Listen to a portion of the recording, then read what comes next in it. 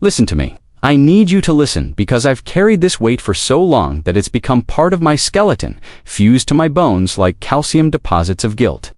This isn't a story I tell lightly, and it's not one I've ever told before.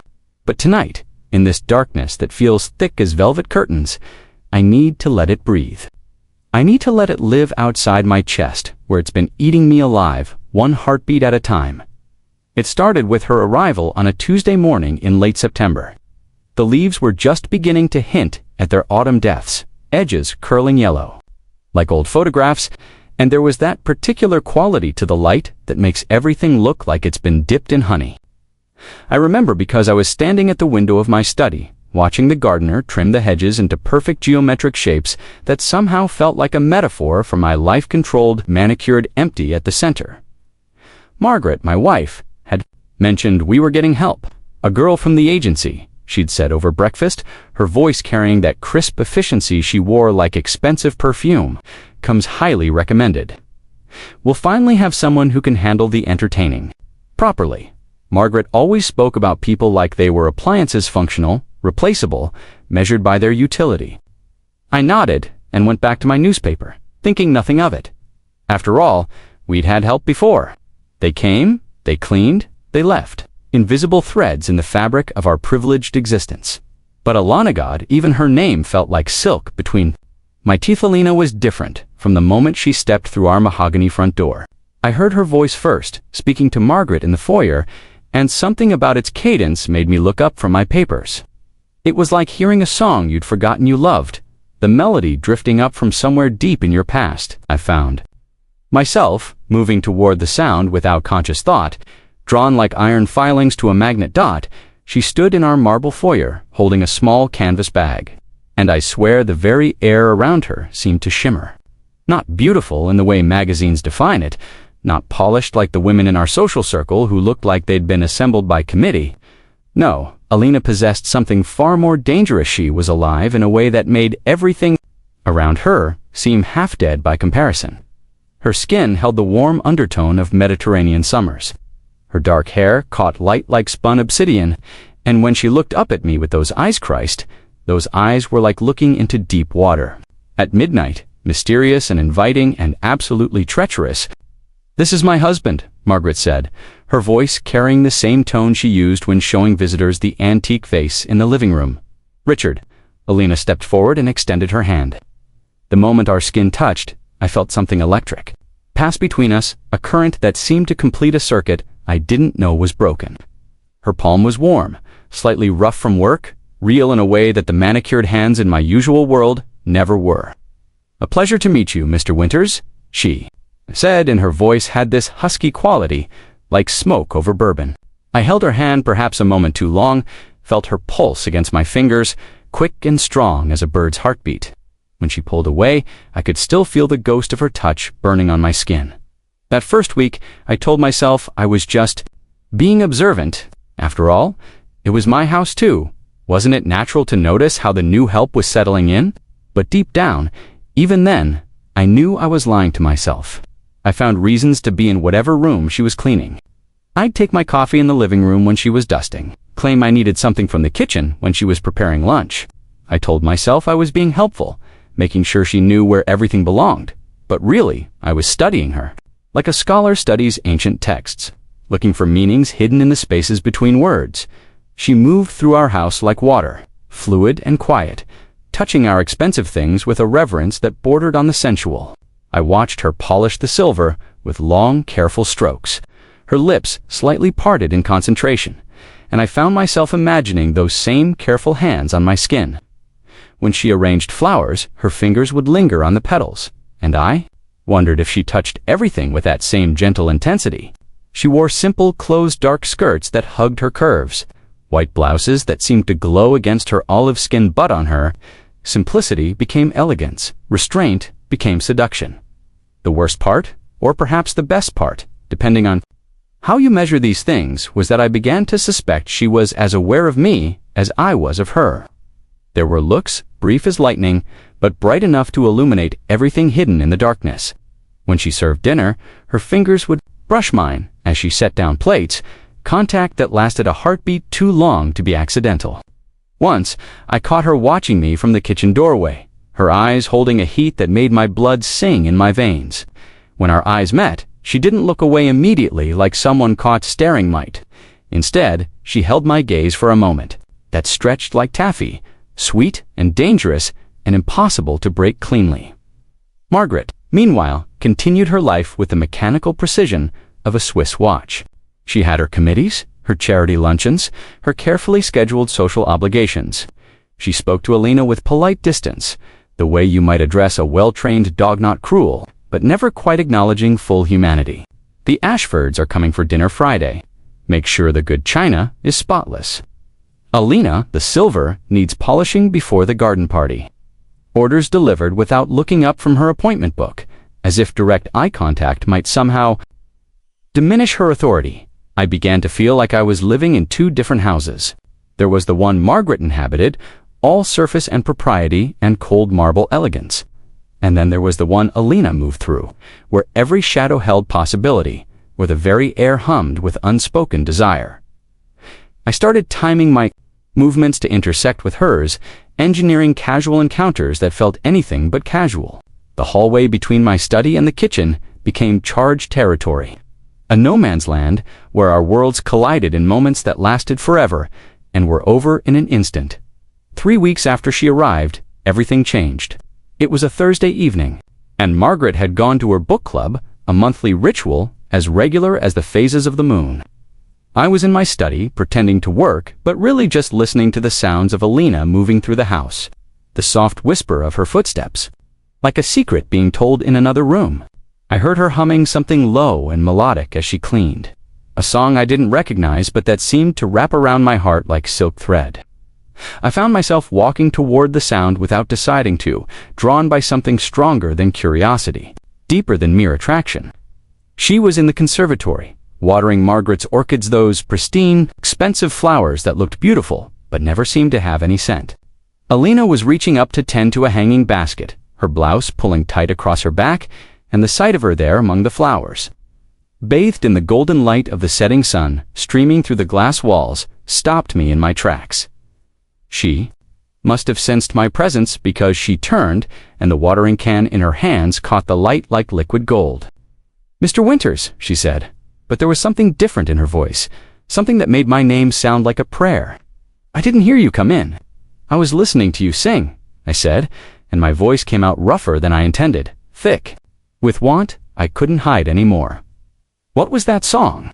She smiled, and it was like watching the sun rise, something my grandmother used to sing, about ... forbidden things. The way she said forbidden made the word taste like wine on my tongue. She set down the watering can and faced me fully, and I could see her chest rising and falling with slightly quickened breath. "What kind of forbidden things?" I asked, taking a step closer. The conservatory suddenly felt smaller, the air thicker, charged with electricity that made every nerve ending in my body come alive. "Love that can't be spoken," she whispered, and another step brought me close enough to smell her perfume, something light and floral that mixed with the natural scent of her skin to create a fragrance, more intoxicating than anything money could, by desires that live in shadows. I reached out and touched her face, my thumb tracing the line of her cheekbone, and she leaned into the touch like a cat seeking warmth. Her skin was impossibly soft, and when she closed her eyes at my touch, I felt something inside my chest crack open like an egg, spilling warmth through my entire body. "Elena," I said her name like it was something sacred, something that could save me or damn me, depending on how it was spoken. When she opened her eyes, they were dark as midnight water, and I could see my own want reflected there, multiplied, transformed into something that made my knees weak. "I know this is wrong," she whispered, but even as she said it, her hand came up to cover mine where it rested against her face. "I know we shouldn't." "I know," I said, and leaned down until our foreheads were touching, until we were breathing the same air. God help me, I know. But knowing and caring are two different countries. And I'd already crossed the border between them without realizing it. When I kissed her, it was like drinking after a long drought, like finding out you'd been holding your breath your entire life without knowing it. She tasted like honey and secrets, and when she kissed me back, her arms winding around my neck, I felt like I was falling from a great height and flying at the same time. That first kiss lasted forever and was over too soon. When we broke apart, we were both breathing hard, and I could see the shock in her eyes that probably mirrored my own. What we'd just done had changed everything, shifted the fundamental architecture of reality in ways that couldn't be undone. The conservatory around us looked the same, but we were different, marked by something that would follow us forever. "Mrs. Winters will be home soon," Elena said, but she didn't step away from me. If anything, she seemed to press closer, as if the mention of Margaret only made her want to hold on to this moment more tightly. "I know," I said again, but I kissed her forehead, her cheek, the corner of her mouth. She shivered under my lips, and the sound she made, half sigh, half moan almost, brought me to my knees, right there among Margaret's perfect scentless orchids. From that night forward, we became thieves, stealing moments like precious gems and hiding them in the secret places of the heart. The next day, when she brought me coffee in my study, her fingers lingered on mine as she handed me the cup, and the brief contact sent electricity shooting up my arm. During Margaret's charity luncheon, Elena and I passed each other in the hallway, and she pressed something into my hand, a folded piece of paper with just 2 words written in her careful script: "Tonight, library." The library became our cathedral, our sanctuary, our place of beautiful sacrilege. After Margaret fell asleep, her sleep deep and undisturbed as Death Eye would slip downstairs to find Elena waiting among the books, moonlight streaming through the tall windows to paint silver patterns on her skin. We would talk in whispers about everything and nothing, our words like prayers in the hushed space. She told me about growing up in a small town where everyone knew everyone else's secrets, about her grandmother who read palms and believed in the power of dreams. I told her about the boy I'd been before. Wealth and expectation had polished away all the rough, interesting edges, about dreams I'd abandoned so long ago I'd forgotten I'd ever had them. But it wasn't just talk. God, it was so much more than talk. In the darkness between the shelves, we discovered each other like explorers mapping new continents. Her touch could make me forget my own name. Her whispered endearments in Spanish could make me believe in magic again. When she traced the lines of my face with her fingertips, I felt like she was writing poetry on my skin. When I kissed the hollow of her throat, tasted the salt of her skin. She would make these small sounds of pleasure that seemed to come from somewhere deeper than words. We made love among the first editions and leather-bound classics, surrounded by the accumulated wisdom of centuries, as if all those words somehow sanctified what we were doing. Afterward, we would lie entwined on the Persian rug, her head on my chest, my fingers lost in the silk of her hair. And I would think that this was what happiness felt like, not the cold satisfaction of achievement or acquisition, but this warm, living thing that pulsed between us like a shared heartbeat. But even in those perfect moments, guilt lived in me like a parasite, feeding on my happiness until it grew fat and poisonous. During the day, I would see Margaret arranging flowers or reading in her chair, and the weight of what I was doing would crash over me like a wave. She looked so small suddenly, so fragile in her careful routine, and I would hate myself for what I was taking from her without her even knowing it was gone. The worst part was how normal she seemed, how unchanged, as if my betrayal was so complete it didn't even register on her radar. Elena, for her part, seemed to carry our secret like a glowing ember inside her chest. During the day, she went about her duties with the same quiet efficiency, but there was something different about her now, a kind of inner light that made her even more beautiful. Sometimes I would catch her smiling to herself as she worked, and I knew she was thinking about the night before, about the way I'd whispered her name against her skin, about the promises we'd made with our bodies in the darkness. The dangerous thing about secrets is that they want to be told. They grow inside you like living things, pressing against your ribs, demanding to be born into the light. Ours was no different. We grew careless, drunk on our own desire, taking risks that in retrospect seem insane. We would touch hands while passing in the hallway, let our eyes linger too long across the dinner table, steal kisses in the pantry while Margaret was on the phone just rooms away. Each stolen moment felt like a victory and a defeat simultaneously, a beautiful step closer to inevitable disaster. I should have seen the signs earlier. Margaret was many things: cold, controlling, obsessed with appearances, But she wasn't stupid. She'd built her entire life around observation and social navigation, reading the subtle currents that flowed beneath the surface of polite society. A woman like that doesn't miss the kinds of changes that were happening in her own house. It started small. Margaret began giving Elena more work, tasks that seemed designed to keep her busy during the times when I was usually home. Elena the silver needs a complete polish, every piece. Elena, I want every book in the library dusted individually. Elena, the guest rooms need a thorough cleaning, even though we haven't had guests in weeks. At first, I thought it was coincidence, maybe Margaret, preparing for some social event I'd forgotten about. But the tasks grew more demanding, more physically taxing. As if Margaret was testing something, Elena never complained, never showed any sign that the increased workload was affecting her. If anything, she seemed to embrace the challenges with a kind of quiet dignity that both amazed and terrified me. When Margaret assigned her to wash all the windows in the house 3 stories of glass, Elena simply nodded and asked for the supplies. When she was told to reorganize the entire kitchen pantry, scrubbing every shelf and cataloging every item, she accepted the task without question, but I could see what it was costing her. She moved more slowly, her shoulders carried a new tension, and there were dark circles under her eyes that makeup couldn't quite hide. Worst of all, our stolen moments became fewer and more precious.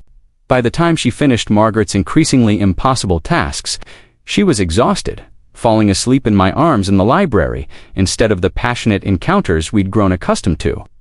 I would hold her while she slept, feeling the tiredness in her body like a weight on my own chest, and rage would build inside me like pressure in a boiler. "Why don't you say something?" I asked her one night when she'd fallen asleep mid-sentence, her body finally surrendering to exhaustion. "Tell her it's too much." She stirred in my arms, looking up at me with those dark eyes that held depths I was still discovering. "And give her a reason to let me go," she whispered. "No, Richard, I won't leave you. Not unless you tell me to." The way she said it, with such quiet determination, broke something in my chest. Here was this beautiful, strong woman, being slowly ground down by my wife's suspicions, and she was enduring it all for me. The guilt I'd been carrying grew teeth, began gnawing at me from the inside. I was destroying 2 women I cared about in different ways, and I seemed powerless to stop it. Margaret's campaign of attrition continued to escalate. She began timing Elena's tasks, setting impossible deadlines that required her to work from dawn until well after dark.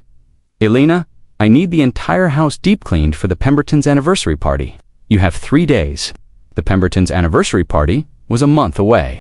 When Elena somehow managed to complete the impossible task, Margaret would find fault with some tiny detail and require sections to be redone. I watched this psychological torture with growing horror and impotence.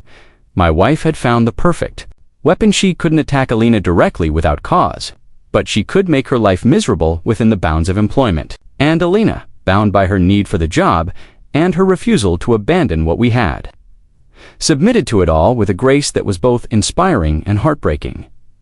The worst part was that I began to see a different side of Margaret, a calculating cruelty that I'd never noticed before. She would smile while delivering impossible tasks, her voice honey-sweet as she explained requirements that would have challenged an entire cleaning crew. "Oh, and Elena, make sure you use the good silver polish.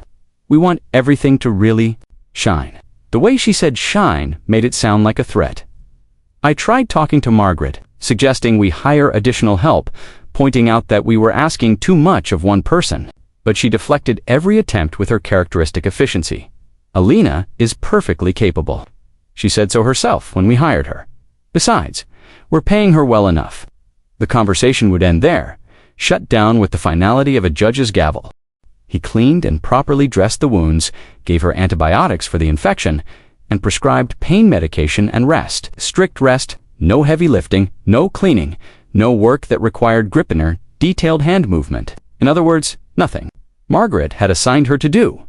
After the doctor left, Elena and I sat in the living room, her hands properly bandaged and supported in slings. She looked small in Margaret's expensive chair, diminished in a way that broke my heart. "She fire me," Elena said quietly, "when she comes home and sees that the chandeliers aren't done. When she finds out about the doctor, she'll have the excuse she's been looking for." I knew she was right. Margaret would see Elena's injury as weakness, her inability to complete impossible tasks as failure, the perfect excuse to end employment without seeming unreasonable. But looking at Elena sitting there, wounded and exhausted from weeks of psychological torture, I realized I didn't care anymore about Margaret's suspicions or social appearances, or the careful balance we'd all been trying to maintain. Then let her, I said. I'm done watching her destroy you, piece by piece. Elena looked at me with surprise. Richard, ... I mean it. This has gone too far. Whatever Margaret knows or suspects, whatever consequences come from that, they can't be worse than what she's doing to you now. When Margaret returned from the spa that evening, glowing with the artificial radiance that expensive treatments provide, she found the chandeliers still hanging, untouched, and Elena sitting in the living room with her hands in medical slings. The transformation in Margaret's face was immediate, and terrible surprise melting into fury. Fury sharpening into calculation. "What is this?" she asked, her voice deceptively calm. I stepped forward before Elena could speak. Elena was injured. She cut her hands badly and needed medical attention. The doctor says she can't work for at least a week. Margaret's gaze moved between Elena and me, and I could see her mind working, processing this new information and finding in it the confirmation she'd been seeking. When she spoke, her voice was silk over steel. "How unfortunate," she said, "and how interesting that you took it upon yourself to call the doctor. How ... involved you've become in our domestic arrangements." The emphasis she put on "involved" made it clear that she knew exactly what kind of involvement she was talking about. Elena shifted in her chair, but I held Margaret's gaze steadily. I called the doctor because Elena needed medical attention and was too dedicated to her work to seek it herself. "Dedicated," Margaret repeated, as if the word tasted bitter. "Yes, Elena has been very ... dedicated. Haven't you, Elena?" Elena lifted her chin with some of her old dignity. "I've tried to do my best, Mrs. Winters." "Your best," Margaret said, and laughed, a sound like crystal breaking. "Your best has been quite impressive. The way you've thrown yourself into your work, the ... enthusiasm you've shown for your position here, the extra hours you've been putting in," she knew. Not just suspected, but knew. I could see it in the satisfied glitter of her eyes, in the way she stood with her hands clasped in front of her like a prosecutor about to deliver a closing argument. Somehow she'd confirmed what she'd suspected, and now she was preparing to collect the price she felt was owed. "I think," Margaret continued, her voice growing colder, "that Elena's dedication deserves special recognition. Don't you agree, Richard?" The way she said my name made it sound like an accusation. I realized that we'd reached the end of whatever game we'd been playing. The careful pretense was over. The secret was exposed, and now came the reckoning. "Margaret," I started, but she held up a hand to silence me. "Elena," she said, turning her attention back to the woman who sat wounded in our expensive chair. "I have a proposition for you." Elena said nothing, but I could see her gathering herself, preparing for whatever blow was coming. "You've been so eager to please, so willing to take on any task I've given you. So I'm going to give you one final assignment, one last chance to prove your ... dedication." Margaret walked to the window, looking out at the grounds where the November twilight was painting everything in shades of gray and purple. When she turned back, her smile was sharp enough to cut glass. "I want you to seduce my husband." The words hit the room like a physical force. Elena went pale, her eyes wide with shock. I felt the world tilt, as if gravity had suddenly shifted directions. "Margaret, what the hell?" "Quietly, Richard," she said without looking at me. "I'm speaking to Elena now." She stepped closer to the chair where Elena sat, her movements predatory and precise. "You've been so good at everything else I've asked you to do. Surely this isn't beyond your capabilities." Elena found her voice, though it came out as barely a whisper. "Oh, I think you understand perfectly," Margaret said. "I think you've understood from the very beginning what your real job was here. The cleaning, the cooking, the impossible tasks those were. Just ... busy work. Your real purpose has been much more personal, hasn't it?" I stepped between them, my own voice shaking with rage. "That's enough, Margaret." She looked at me with cold amusement. Is it? Is it really enough? Because from where I stand, it seems like we're just getting to the interesting part." "You know," I said, It wasn't a question. I've known for weeks, she confirmed. Did you really think you could conduct an affair in my own house without me noticing? I may be many things, Richard, but I'm not blind. Elena made a small sound, something between a gasp and a sob. Margaret's head snapped toward her like a snake, striking. Oh, don't look so stricken, dear. This is what you wanted, isn't it? You came into my house, into my life, and you took what you wanted. Well now, I'm going to give you exactly what you deserve. Margaret, please, I started, but she cut me off with a gesture. Do you know what I've been doing while you two have?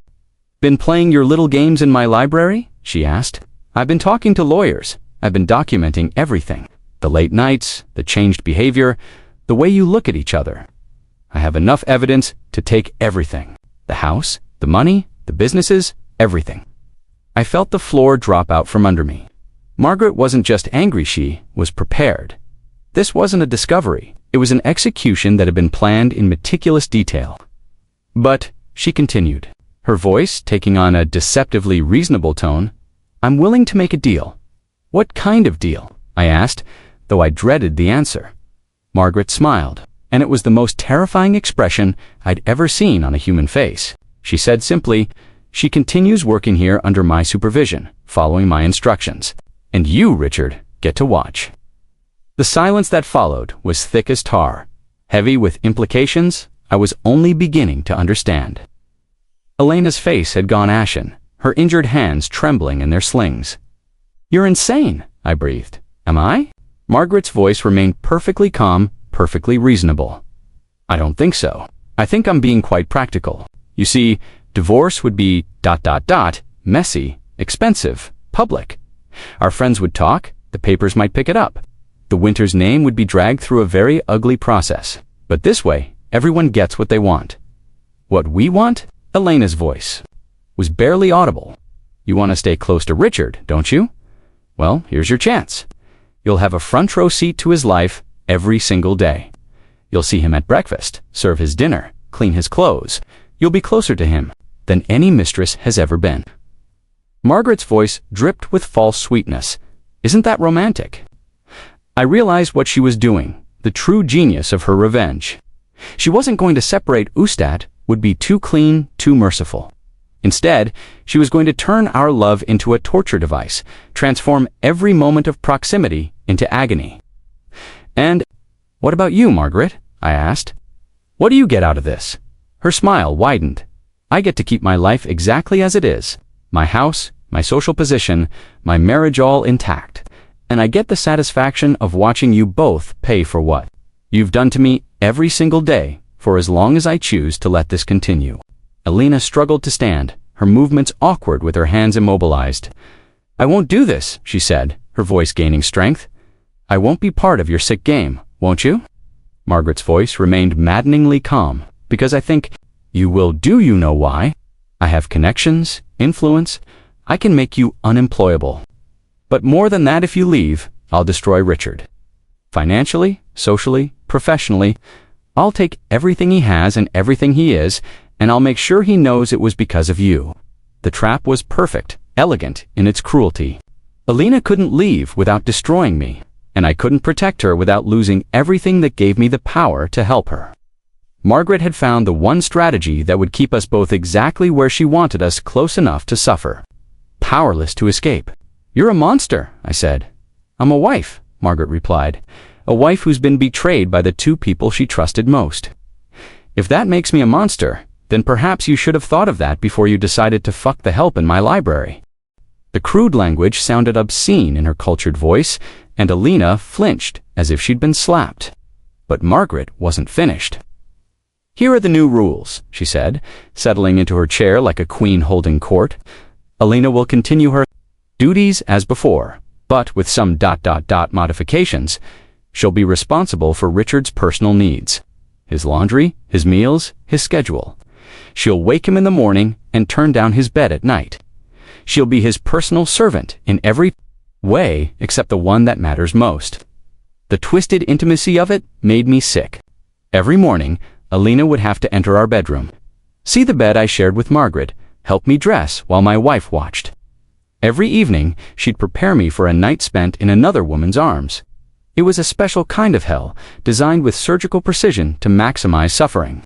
"And if we refuse?" I asked, though I already knew the answer. "Then, Elena leaves immediately, and you lose everything. The choice is yours." Elena looked at me across the room, her dark eyes filled with pain and love and terrible understanding. We both knew there was no real choice. Margaret held all the cards, and she'd played them with the skill of someone who'd been planning this move for a very long time. "I'll stay," Elena said quietly. "Elena, no," I started, but she shook her head. "I'll stay," she repeated, looking directly at Margaret. "But not because I'm afraid of your threats. I'll stay because I love him, and I won't let you destroy him to hurt me." Margaret's smile faltered slightly, as if Elena's dignity in the face of humiliation was something she hadn't expected. But she recovered quickly. "How noble," she said. "How perfectly tragic. This is going to be even more entertaining than I thought." That night began the strangest, most painful period of my life. Elena moved through the house like a ghost, her duties with mechanical precision. Margaret, meanwhile, seemed to bloom with malicious satisfaction. Orchestrating our daily interactions with the attention to detail of a director staging a play, Elena would bring me coffee in the morning, her eyes carefully focused on the cup. Rather than my face, she'd set it down on my desk with hands that shook almost imperceptibly, and I'd catch just a hint of her perfume before she turned and walked away. The simple act of receiving coffee became an exquisite torture, a reminder of everything we'd shared and everything we'd lost. Margaret made sure I was present for Elena's most difficult tasks, engineering situations where I'd have to watch her struggle with work that would have been challenging even with healthy hands. Elena never complained, never asked for help. But I could see the pain in the careful way she moved, the way she favored her injured hands. "Elena seems to be having trouble with the heavy lifting," Margaret observed one morning, watching Elena struggle to move a piece of furniture. "Perhaps you could help her, Richard. After all, you seem so concerned about her welfare." But if I helped, it would confirm what Margaret already knew and give her more ammunition. If I didn't, I'd have to watch Elena suffer. Every choice was a trap. Every moment, a carefully orchestrated cruelty. The nights were the worst. Elena would come to turn down my bed, her movements efficient and professional. But I could see the cost of being in our bedroom in the tight set of her shoulders, the careful way she avoided looking at the bed itself. Margaret would watch from her dressing table, brushing her hair with slow, deliberate strokes, a small smile playing at the corners of her mouth. "Make sure the pillows are fluffed properly, Elena," she'd say in that sweetly poisonous voice. "Richard likes them just so."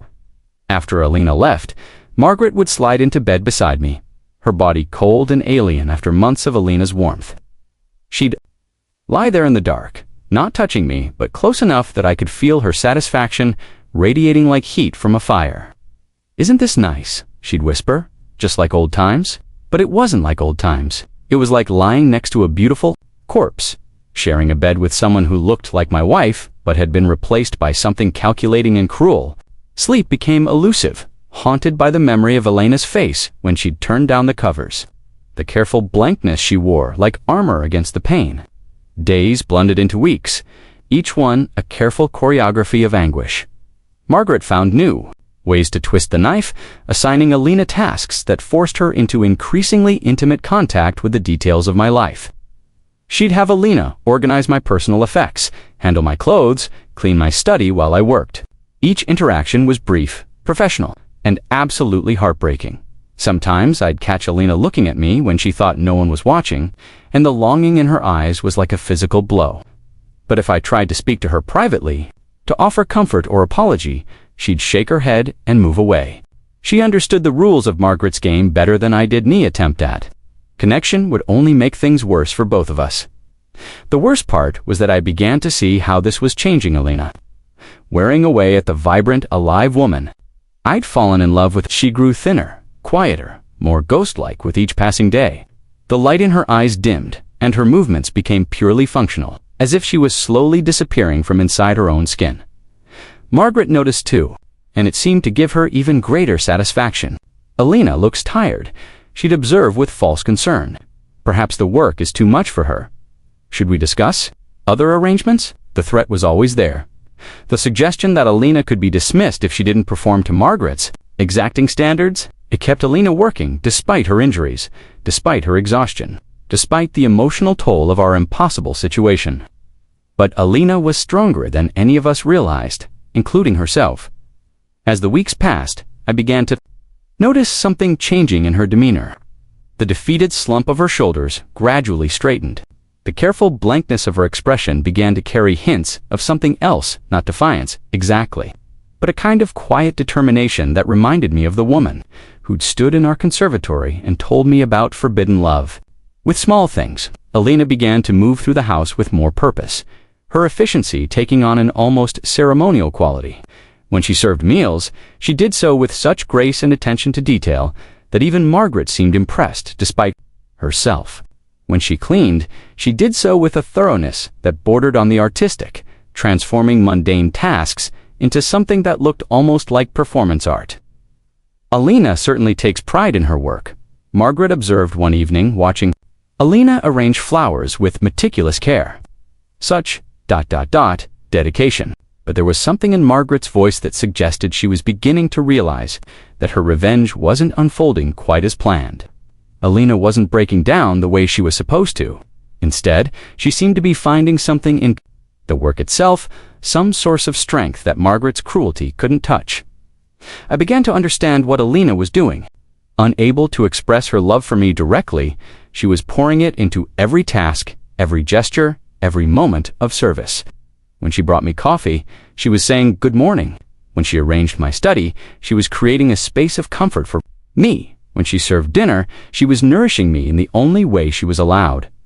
It was a form of communication that existed entirely beneath Margaret's radar, a secret language of care and devotion that transformed domestic work into love letters.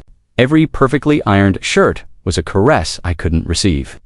Every carefully prepared meal, a kiss I couldn't return.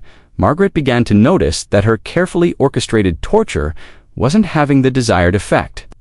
Elena wasn't suffering visibly. Enough wasn't breaking down in satisfying ways. If anything, she seemed to be thriving in some perverse fashion, finding dignity in service and strength in sacrifice. "I think Elena is enjoying her work a little too much," Margaret said to me one morning, her voice sharp with frustration. "Perhaps we need to adjust her responsibilities." The adjustments came in the form of increasingly personal tasks designed to humiliate and degrade. Elena was required to handle my most intimate belongings, to be present during private moments, to perform services that blurred the line between professional and personal. Margaret seemed to be testing how far she could push before Elena finally broke. But Elena met each new degradation with the same quiet grace, transforming even the most humiliating tasks into something that looked almost noble. When Margaret insisted that Elena help me dress each morning, Elena did so with the reverence of a priestess performing a sacred ritual. When she was required to draw my bath, she approached it with the care of someone creating art. It was during one of these enforced intimacies that I finally understood what Elena was really doing. She was turning Margaret's weapon against her, transforming punishment into devotion, degradation into service, so perfect it bordered on the holy. She was winning a game Margaret didn't even realize they were playing. The realization came to me on a morning in late December, when snow was falling like forgiveness outside the windows, and Elena was helping me with my tie before an important business meeting. Her fingers were gentle and sure, and as she worked, she hummed softly the same melody I'd heard her singing in the conservatory months earlier, the song about forbidden love. As she adjusted the knot, she looked up at me, and for just a moment, Margaret's presence in the room faded away. In Elena's eyes, I saw not the defeated resignation I'd expected, but something that looked remarkably like triumph. She had found a way to love me that Margaret couldn't touch, couldn't corrupt, couldn't destroy. Every act of service was an act of love. Every moment of enforced intimacy a stolen blessing. Margaret saw the look that passed between us, and I watched her face change as she began to understand what was happening. Her revenge was backfiring spectacularly. Instead of destroying us, she had given us something precious, a way to be together that was both public and secret, visible and hidden, permitted and forbidden all at once. "That's enough, Margaret," said sharply, her voice cracking like a whip. "Elena, you have other duties to attend to," but it was too late. The damage, or perhaps the healing, was already done. Margaret had tried to turn our love into suffering, but Elena had alchemized suffering back into love. The game had shifted, the balance of power had changed, and Margaret was no longer the director of our tragedy. She began to realize this over the following days, as Elena continued to perform her duties with that same serene grace, that same transformation of service into sacrament. Margaret's attempts to humiliate became ineffective when Elena refused to be humiliated. Her cruelties lost their sting when Elena met them with unbreakable dignity. Worse, from Margaret's perspective, the household staff began to notice Elena's extraordinary dedication and grace under pressure. The gardener spoke respectfully of how she'd helped him move heavy equipment despite her injured hands. The grocery delivery man mentioned how Elena always had a kind word and a warm smile. Even Dr. Morrison, during a follow-up visit, commented on Elena's remarkable resilience and positive attitude despite her circumstances. Elena was becoming beloved in ways that Margaret, for all her social position and wealth, had never achieved. People genuinely cared about Elena, respected her, wanted good things for her. Margaret commanded deference through money and position. But Elena inspired affection through simple human decency and strength. The final straw came during our annual Christmas party, an elaborate affair that Margaret used to showcase our social status to the city's elite. Elena, despite her injured hands being nearly healed by then, was assigned to serve the guests personally, to be visible and present in a way that Margaret clearly hoped would embarrass her. Instead, Elena moved through the party like a graceful spirit, attending to every need with such elegance and warmth that guests began commenting on our wonderful help. I watched from across the room as Elena charmed Mrs. Pemberton, consoled the lonely Mr. Ashford, and even drew genuine laughter from the notoriously stern Judge Morrison. Margaret watched too, her face growing paler and tighter as the evening progressed. Her revenge had not only failed, it had backfired so completely that Elena was now more admired than Margaret herself. At Margaret's own party, that night, after the last guest had left, and Elena had finished cleaning up, Margaret called us both into the living room. She stood by the fireplace, her elegant dress and perfect makeup unable to hide the defeat in her eyes. "This isn't working," she said without preamble. Elena and I exchanged glances, but neither of us spoke. "My arrangement," Margaret continued, her voice tight with controlled rage, "was supposed to teach you both a lesson. Instead, you've made a mockery of everything I intended." "I don't understand," Elena said quietly, though I suspected she understood perfectly. "Don't you?" Margaret's composure cracked slightly. "You were supposed to suffer. You were supposed to break. You were supposed to beg for mercy and crawl away in shame. Instead, you've turned my own house against me, made everyone love you while they barely tolerate me." It was true, though none of us had said it aloud until now. Elena's grace under fire had revealed Margaret's cruelty in stark contrast, and the comparison was not flattering to Margaret. "I've tried everything," Margaret continued, her voice rising. "I've humiliated you, degraded you, worked you until your hands bled, and you've just ...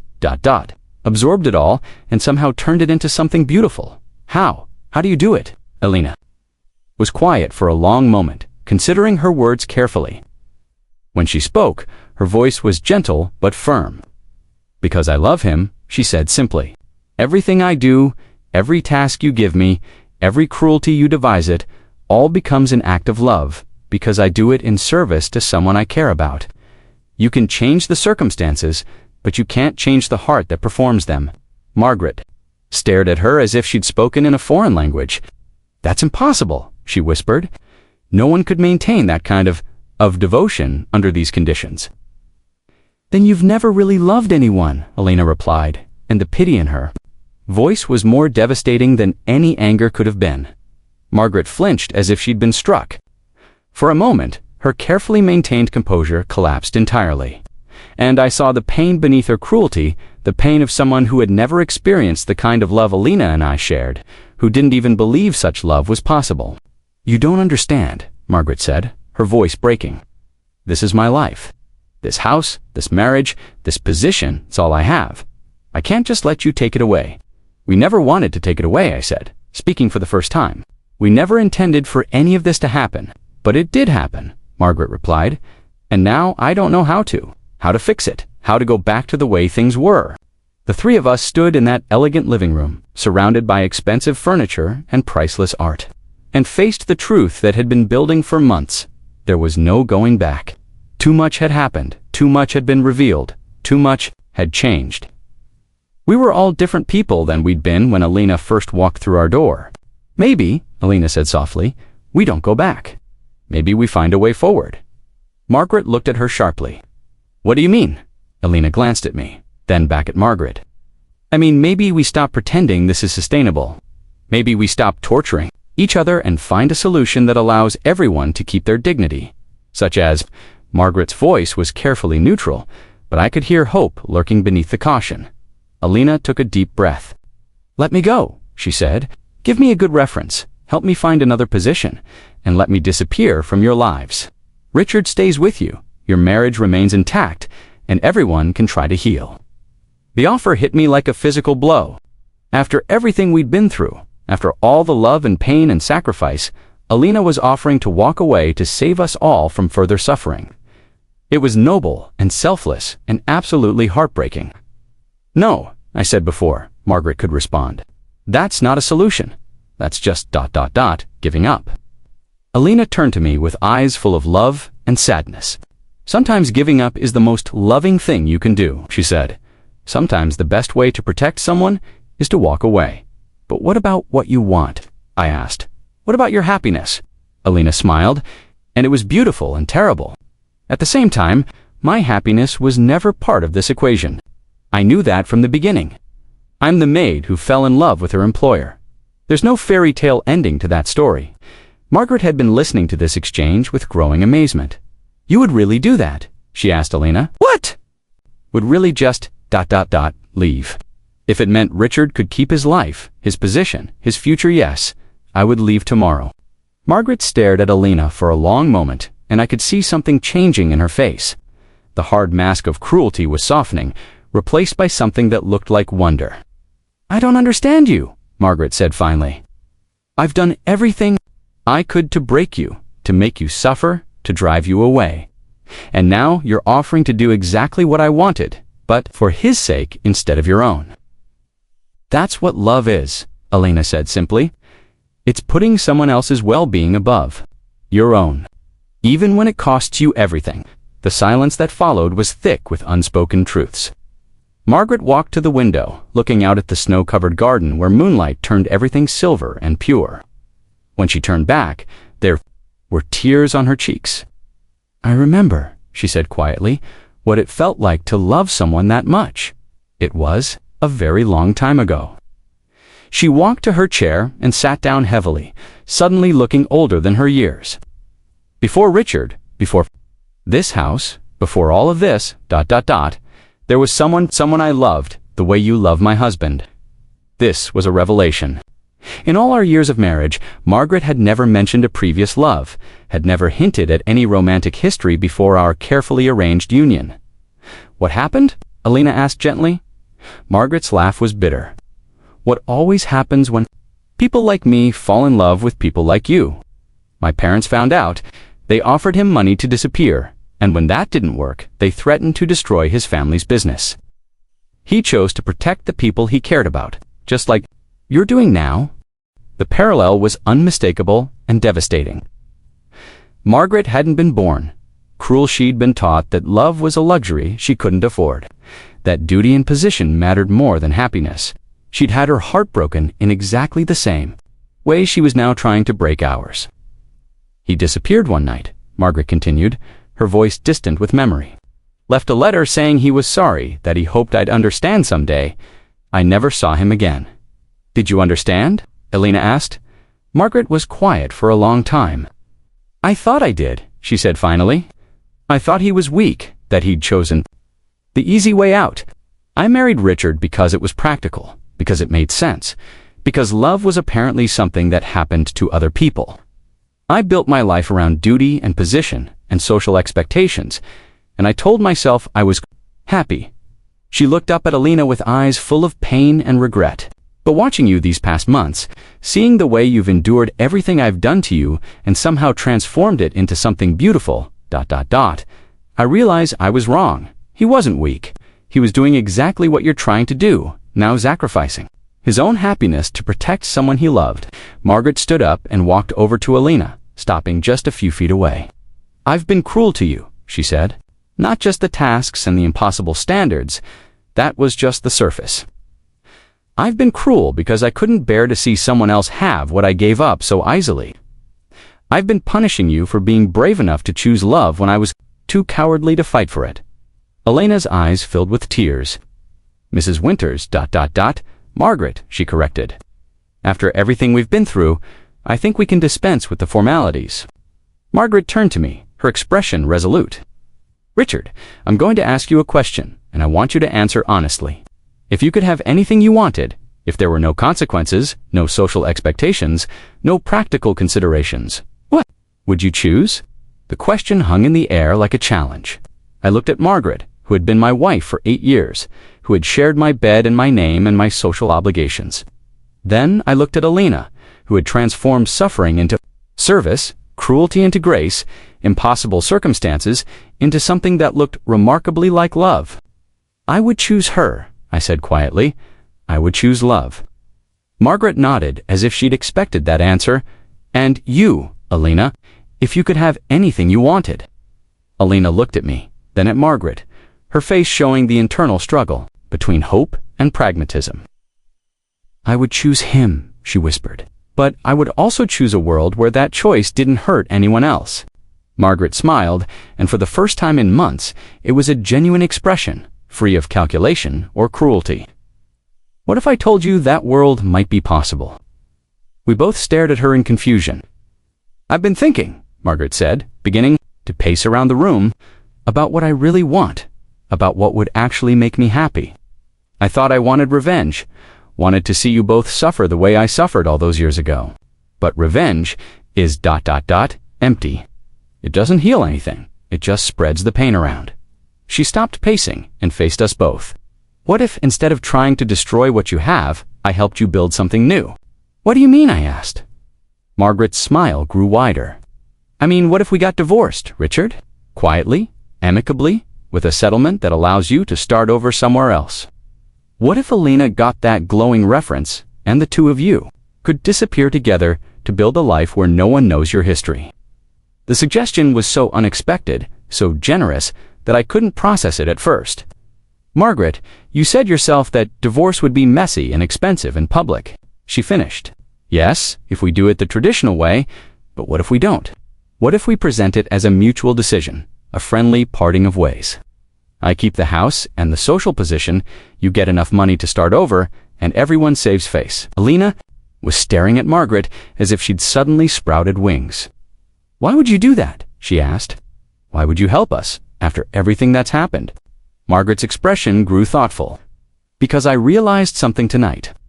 Watching you offer to walk away to protect Richard, seeing the way you've both sacrificed for each other, I remembered what it felt like to love someone that much. And I realized that if I'd had someone willing to fight for that love, instead of accepting its impossibility, my whole life might have been different." She walked back to the fireplace, staring into the flames. "I can't change my past. I can't go back and choose differently. But maybe I can choose differently now. Maybe instead of being the force that destroys love, I can be the one that sets it free." The room fell silent, except for the crackling of the fire and the soft whisper of snow against the windows. The offer Margaret had made was everything we'd never dared hope for: freedom, a future, a chance to build something real together without the weight of guilt and secrecy. But it seemed too good to be true, too generous from someone who had spent months devising elaborate tortures. "There would be conditions," Margaret said, as if reading our thoughts. "The divorce would have to be handled carefully, discreetly. You'd both have to be willing to relocate far enough away that our social circles wouldn't overlap. And there could never be any suggestion that the marriage ended because of an affair. As far as the world is concerned, we simply grew apart." "Those seem like reasonable conditions," I said carefully. Margaret nodded. "And there's one more thing," she turned to Elena. "I want you to promise me something." "What?" Elena asked. "Promise me you'll be happy," Margaret said, her voice soft but intense. "Promise me you'll take this chance I'm giving you and build something beautiful with it. Don't waste it on guilt or regret or looking back. Be happy in a way I never learned how. To be Elena's eyes filled with tears. I promise, she whispered. Margaret walked over to Elena and, to everyone's surprise, took her hands, the hands that had been cut and bandaged, that had bled in service to impossible tasks, that had transformed cruelty into grace. I'm sorry, Margaret said simply, for everything I did to you, for every task I assigned out of spite, for every moment I made you suffer because I was too afraid to examine my own pain. You deserved better from me. Elena squeezed Margaret's hands gently. We all did things we're not proud of, she said, but maybe that's not what matters. Maybe what matters is how we choose to end this story. Margaret smiled through her tears. Then let's choose to end it with love, she said. Let's choose to end it with freedom. And that's how the strangest chapter of my life came to a close. Not with the dramatic confrontation or devastating destruction I'd expected, but with forgiveness and unexpected grace. Margaret proved to be as formidable in generosity as she had been in revenge, orchestrating our freedom with the same meticulous attention to detail she'd once applied to our torment. The divorce proceedings were handled quietly, efficiently, with both parties presenting a united front of mutual respect and amicable separation. Margaret kept the house and most of the assets, while I received enough to start over comfortably elsewhere. Elena resigned her position with a reference so glowing it could have gotten her a job anywhere in the country. But we didn't stay in the country. 3 months after that snowy night, when everything changed, Elena and I boarded a plane to a small coastal town in Portugal, where no one knew our history and no one cared about our past. We bought a little house overlooking the sea, with a garden where Elena could grow the flowers she loved, and a study where I could write the books I'd always dreamed of, but never had the courage to attempt. Elena never worked as a maid again. Instead, she opened a small bakery in town, filling our new world with the scent of fresh bread and pastries. Creating beauty from simple ingredients, the way she'd once created grace from impossible circumstances. The townspeople adored her, drawn to her warmth and genuine kindness, never knowing that she'd once been tested by cruelties that would have broken lesser souls. As for Margaret, she sold the big house 6 months after we left and moved to France, where she enrolled in art school, something she'd apparently dreamed of doing in her youth but had abandoned for more practical pursuits. Her letters, which arrive sporadically but warmly, speak of discoveries and friendships and a kind of contentment she'd never known during our marriage. I'm learning to paint, she wrote in her last letter. Not very well, but with great joy. My instructor says I have an interesting use of color. Apparently, years of suppressed emotion make for rather dramatic brushstrokes. Who knew? But it's been 3 years now since that night when everything changed, and I find myself thinking less about the past and more about the future. Elena and I have built something real here, something that doesn't require secrecy or shame or the complicated negotiations of impossible circumstances. We wake up together every morning in our little house by the sea, and every day feels like a gift we never expected to receive. Sometimes, in the evening when the light turns golden and Elena is humming in the kitchen while she prepares dinner, I think about the weight of secrets and how they can either crush you or transform you, depending on how you choose to carry them. The secret of our love nearly destroyed all 3 of us, but in the end, it also set us free. Margaret was right that night when she said love was about putting someone else's well-being above your own. But she was only half right. Real love, the kind that can survive impossible circumstances and transform suffering into grace, isn't just about sacrifice. It's about the courage to choose happiness when the world tells you it's impossible. The strength to build something beautiful in the ruins of what came before. And the wisdom to know when to hold on and when to let go. Elena learned that lesson. In our marble foyer and mahogany hallways, transforming service into sacrament and endurance into art, Margaret learned it. That snowy night when she chose generosity over revenge and freedom over possession, and I learned it slowly, painfully, beautifully. In the space between desire and duty, between what we want and what we think we deserve, the weight of silence, it turns out, isn't always a burden. Sometimes it's a cocoon that allows transformation to occur. And sometimes, if you're very lucky and very brave, that silence eventually breaks open to reveal something with wings, something capable of flight, something that was always there, but needed the right conditions to finally take shape and soar. This is my confession, told in the darkness to whoever might be listening. It's a story about love and betrayal, about cruelty and grace, about the unexpected ways that broken things can heal each other. It's a story about three people who thought they knew what they wanted until they discovered what they needed, who thought they understood love until they learned what it really costs and what it can really give. I don't know if it's a cautionary tale or a love story or something else entirely. Maybe it's all of those things at once. The way real life tends to be messy and beautiful and complicated and simple, full of choices that seem impossible until you make them, heavy with consequences that turn out to be blessings in disguise. All I know is that tonight, as I finish telling this story, Elena is sleeping peacefully beside me in our little house by the sea, and tomorrow we'll wake up together again, and the day after that, and the day after that, for as long as we're given. The weight of silence has been lifted, transformed into something lighter, not the absence of sound, but the presence of peace, and that, I think, is the only ending that matters.